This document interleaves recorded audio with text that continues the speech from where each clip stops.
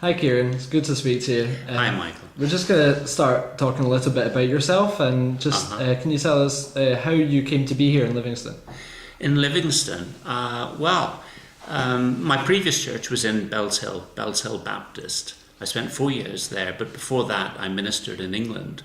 And then before even ministering at all, I was in education on the south coast of England. But as you can probably tell by the voice, I'm Northern Irish, and I left Northern Ireland at 16 to join the Royal Navy and spent 5 years in the Navy. So that's like a potted version, but upon leaving Northern Ireland, made my way to the south coast of England and all the way back up to Scotland. Yep.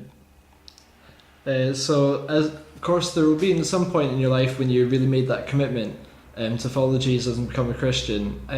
How did you come to that, and what sort of a change did that involve in your life? Well, certainly I wasn't a Christian when I left Northern Ireland at 16. It was a bad time in Northern Ireland, a lot of troubles. There were kind of bus burnings, kneecappings, bombs. But toward the end of my time in the Royal Navy, I was out one night with the guys. We were drinking. We usually left the pub and went clubbing.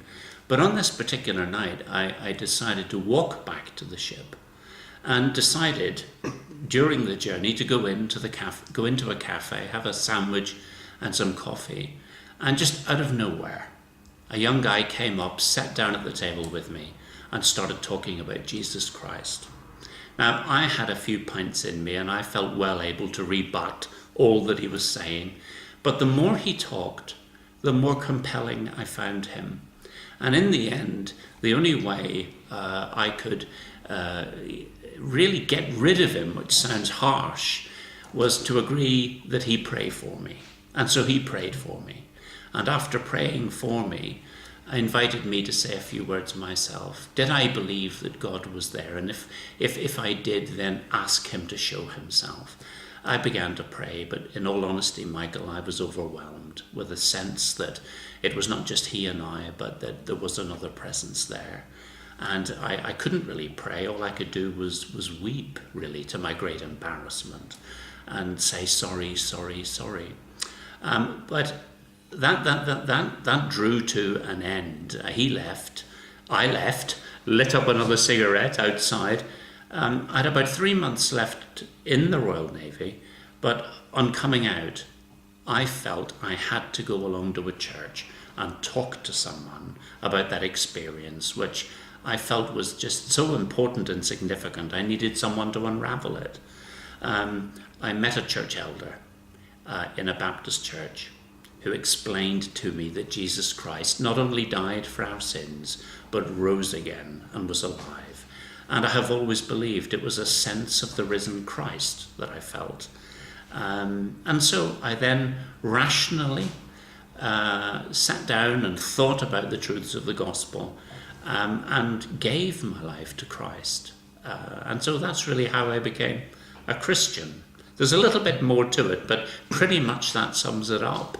I discovered Jesus to be real in my own experience, and then upon reading the Gospels, I found their testimony so compelling.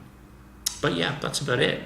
It's really good to hear about how God has spoken to you and used you in bringing you here to Dedridge. What is your hope and vision, maybe your ambitions for this church? What do you feel God is doing with you here? Well, I have felt that experience of the Lord for me and the continuing experience of him at work in my own life has proved to me the reality of Jesus Christ. And I would want to share that through ministry, but I would also love to see the members of this fellowship come with me on a journey where they too can share their enthusiasm for the way in which Jesus has impacted their lives. He died that they could be forgiven, but he rose that they could be empowered by his Spirit.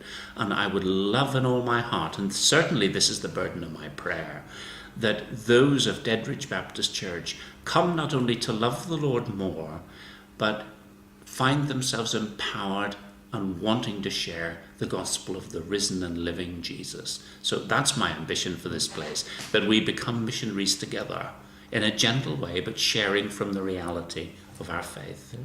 Yeah, it's wonderful to feel that enthusiasm, just to see what God's put in your heart for Dedridge. So Thank it's you. been good talking to you. Thank you, Michael.